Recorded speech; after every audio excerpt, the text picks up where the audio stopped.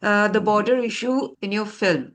I mean, the border issue is a very pertinent issue at this time. It has always been. Of course, you showed that issue, but for a fleeting moment. Why? First and foremost, the premise of the film was to look at all of these practices or these rituals that were being carried out by people from the Kairam area.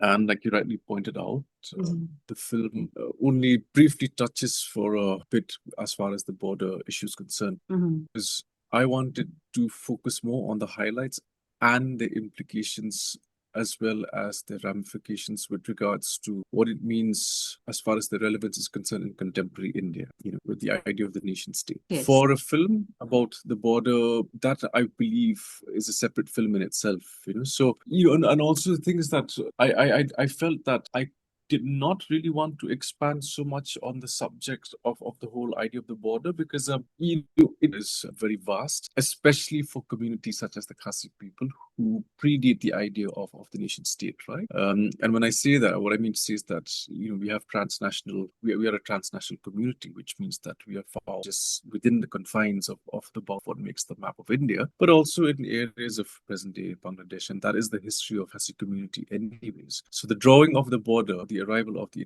state borders has meant that these being very airtight or fluid. But having said that, what is equally fascinating is also when we were venturing into the areas close to Bhoi area, where people still acknowledge or they still pay obeisance or they still offer their divine practices towards the Lei Shalong deity, and when those offerings are being made, the language is not in Khasi, which makes it even more fascinating because these are these border areas, and without trying to trivialize the matter, but someone working in the area of film and always requiring subtitles to understand, what's going on. I remember when I was filming that, and I was telling myself, will Lei Shalong require subtitles to understand this? Does Lei Shalong also understand other languages? Is it only Khasi that he understands?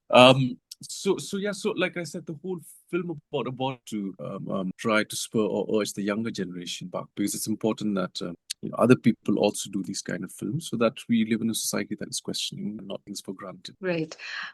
You said, taking a cue from what you said, the border issue in itself is another topic, is another broader aspect that can be, made into another film. So, are you planning any project on the border issue or your trilogy? You end your trilogy or the chain of the movies here, just calling it trilogy, not. Yeah, no, I mean, I'm quite happy with these sets started like 10 years ago, So it's been, apart from the fact that it's been a documentation, what the Khasi community, it is also documentation of my journey as a filmmaker from the region.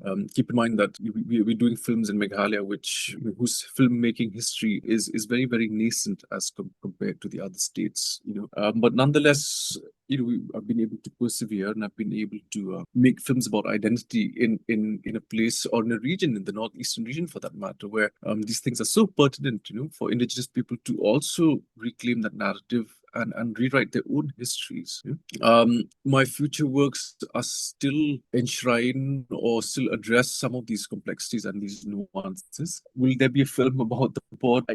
There will always be some of these subject matters that will overflow into my future films, because I come from that place itself, and as much as I try to not write about Shillong or not work about Shillong or not make a film about the Khasi community, somehow or the other they just make their way into the draft or into the screenplay. And I think that I've come to terms with that, that I'm most comfortable writing or addressing subject matters that I'm quite well aware of. I love, for example, a film that we just finished filming. It's my first British production called Clouds Have Bridges Too. Also references some of these ideas of Khasi philosophy, the idea of death within the Khasi community, but at the same time also looking at this idea of the border, how these borders are non-existent, like we create those borders ourselves, and I would like to imagine that the border is as far as the border.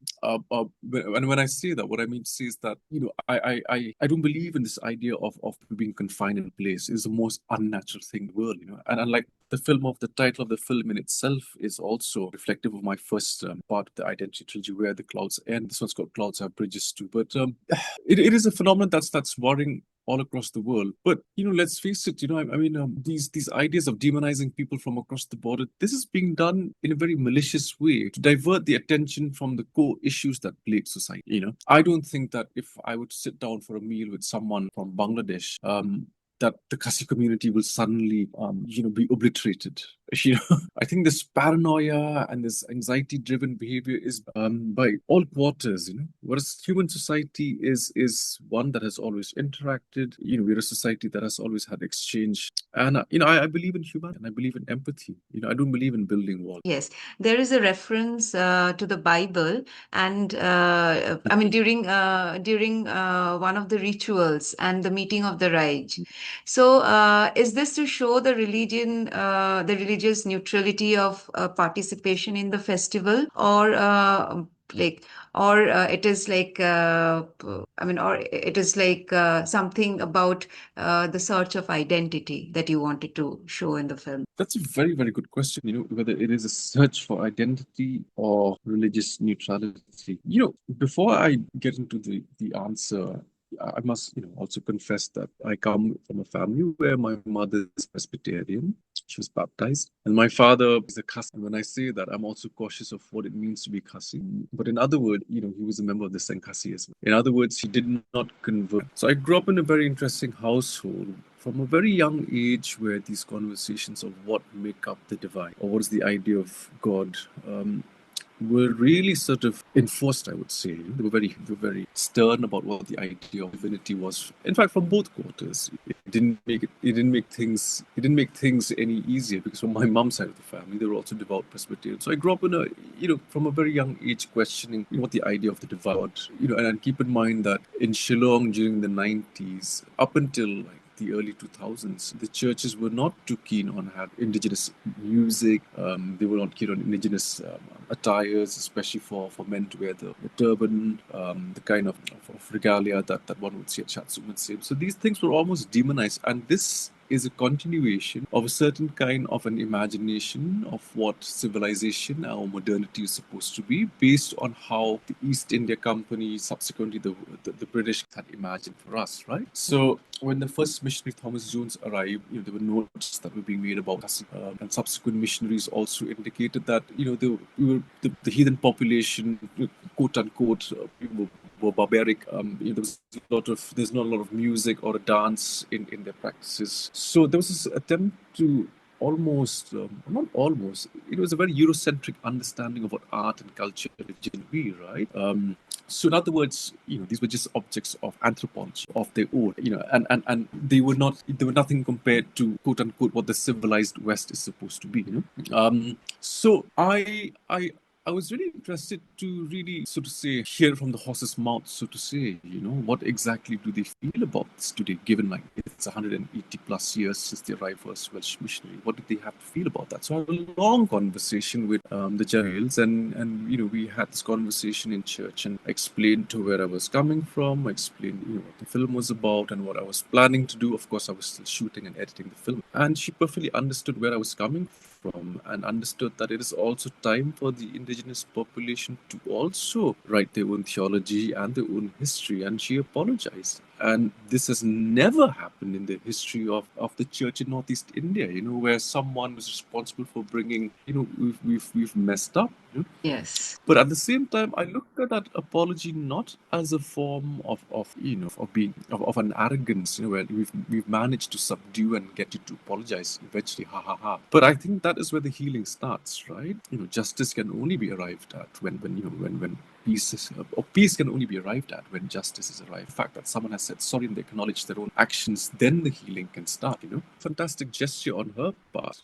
Because till today, the country Wales still shares a very strong relationship with the written form that we have, the Khasi alphabet, that was devised by the Welsh missionary. So there's a lot of exchange that has happened over those years, and the fact that by and large they were instrumental as far as facilitating education for tribes. It was a very Brahminical, or rather, it was something that only high caste people would be able to access at one point of time. So let us not deny the fact that they were also allowed us to understand the importance of being educated, especially in the context of when the East India Company was exploiting our resources. And that is precisely why Thomas Jones himself was persecuted by East India Company, because he was facilitating and helping people out. Whereas it was in the interest of the East India Company to make sure that people couldn't read or write, so that exploits paraphrasing history. So it was a very noble and a kind gesture, and one that is deeply rooted in an act of empathy. So I think that it is also a time for indigenous people to also write their own narrative. And this is also something that other northeastern scholars are also doing, like Dolly Kekon, works about the whole Naga heritage.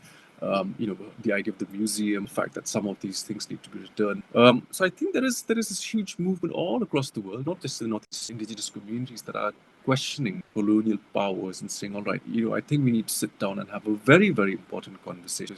This is not acceptable. Okay, so is that the reason? I mean, of course, you said that is a wonderful gesture on her part, but then it has been omitted in the film. So, I mean, was that the reason that you felt that it was not relevant to the subject of your film? Yeah, I'll get to that omission in the film. Yes. The other point that you raised, religious neutrality. Yes. In that sequence, when the goat was being offered, I remember filming it, and it was really cold at night. All these rituals happen in the dead of night. So and it obviously happens in, like I said, in Nongkrem, which is quite cool. And these goats were being offered to the chieftain and priest, and everything has to be resolved, or the chieftain has to address those grievances there and then. If then the goat is not being offered, so it is a wonderful form of an almost like a primitive kind of a parliamentarian session, like an assembly where the subjects go to their chieftain and say that these are the grievances that we experience in our right, And when the individual there started quoting Moses, I was absolutely flabbergasted, because you obviously read about syncretic ideas, you obviously read about these things happening, but you don't see it happening there blatantly right in front of you. At least in my case, whilst I'm filming it, Of course, indigenous communities have always been subjected to certain kinds of syncretic practices, Catholicism in Latin America, to Africa as well. But this was happening, right in front of me, and it has always happened. It's not the first time that this whole syncretic practice has occurred. But that I was able to film it, and I remember being absolutely shocked, because I couldn't really decipher or interpret what was going on at that point of time, and I tried to have conversations with the people around me at that point of time, but I couldn't receive a concrete answer. So and there were times during the edit as well where I told myself, do I need to put this sequence? And then of course there's a voice in me that says, yes, I should, because this also is part of Khasi identity. The fact that you could be a Catholic or a Presbyterian and still be a Khasi is an ongoing debate, and similarly, like it also has an overall implication in the rest of country as well. You could be Muslim and you could be Bengali as well, So all of these things also resonate in that context. But what I was really keen to understand was that how does this pan out upon me, that if the chieftain wasn't to accept that goat simply on account of the fact that one of the priests was a Presbyterian or Catholic, etc., then there is a risk of losing out on land. You're losing out on the land. You're losing out on your subjects. And that is something that a lot of the elite, indigenous, tribal community in Shillong don't understand. That, it's not just about Shatsumutsi. This goes beyond that dance that happens. This has implications with regards to how administration system can survive, and it can survive, and it has survived only because it has been. And like I said with my previous example of rituals being done in a language which is not quote unquote Khasi, the fact that you have historical instances of Khasi chieftains having land in present-day Assam. So these are indications that your subjects do not have to be practicing particular religion, because the scope and the loss of your land. So yeah, it was one of those fascinating documentary moments that one can never rewrite or script for that matter. Because when you're filming, you go there with the idea, let's see what we can find. And that was that one moment in my professional life which was just fascinating because you can't write like that, and it's that one of those classic situations where in the fiction format. So yeah, but with regards to the second part of the third part of your question, which is the omission in the film, I did not omit that. In fact, there's a very long sequence where I show the dance that is being done. There's a very long sequence with emphasis on the music, and then I put there in text that a lot of these practices were considered to be barbaric by the missionaries, and then I cut to the conversation that I have with the missionaries. So there is a context that was being done, and like I said, we had that long conversation together in the church or explain where I was coming from, etc. So and fascinatingly enough, even if you look at the Khasi national anthem, Rikhasi Rikhasi, which often in gatherings by activist groups will require them to sing, and they sing just the first few verses. But if you actually read through that entire song, it is extremely problematic. There is a lot of demonizing of their own community. So I find it very ironic that this song is being, and it's so sometimes I would have to urge also look at the full lyrics of what it actually says, because you are representing your community. I might agree or not agree with your politics, but surely when you sing a song about which is supposed to be your national anthem, be cautious of what the lyrics say, right? So yeah, and at the same time, I'm also imagining that this is also a time, like I rightly said, that perhaps this is also a time for the indigenous community to rewrite their own new national anthem, to rewrite their own new Khasi national anthem, which is possible given the fact that we've got so many musicians everywhere, and even like musicians even in positions of power in cabinet right now. So yeah. Right. Coming to the next question, during the discussion, I mean, post-screening, during the discussion, you said that you are still in search for answers to identity, to Khasi identity. I felt that the film also reflected a bit of that sense. I mean, does your inner search actually reflect in the film, or was it like, I mean, was it unconscious? I think that every work is an extension of the person who creates it, right? And like you rightly pointed out, there is an indication of that inner search. There is an indication of that desire to make sense of all of these things that we encounter every day with regards to this whole identity conversation. But one also has to admit, at least from how I understand and I perceive things as a Khasi person, that these ideas are not set in stone. They're very, very fluid, and just like any other identity is, it's very, very fluid, that they have to evolve and they have to change over time.